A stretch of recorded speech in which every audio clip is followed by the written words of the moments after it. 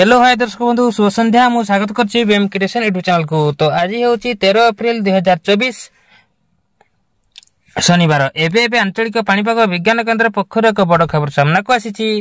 वर्तमान जहाँ सूचना मिलूची 17 रु प्रचंड ताती।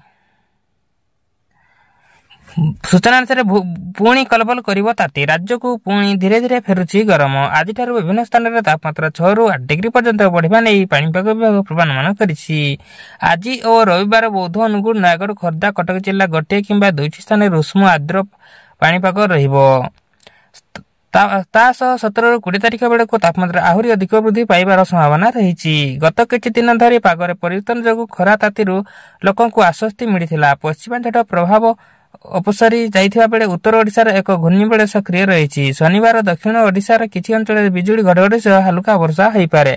यह थिला आजिर मुख्य खबर। तेणु करी वीडियो जदि भल लागि थाए आपण वीडियो को लाइक करंतु। चैनल पर जदि नुआ तेबे सब्सक्राइब करंतु।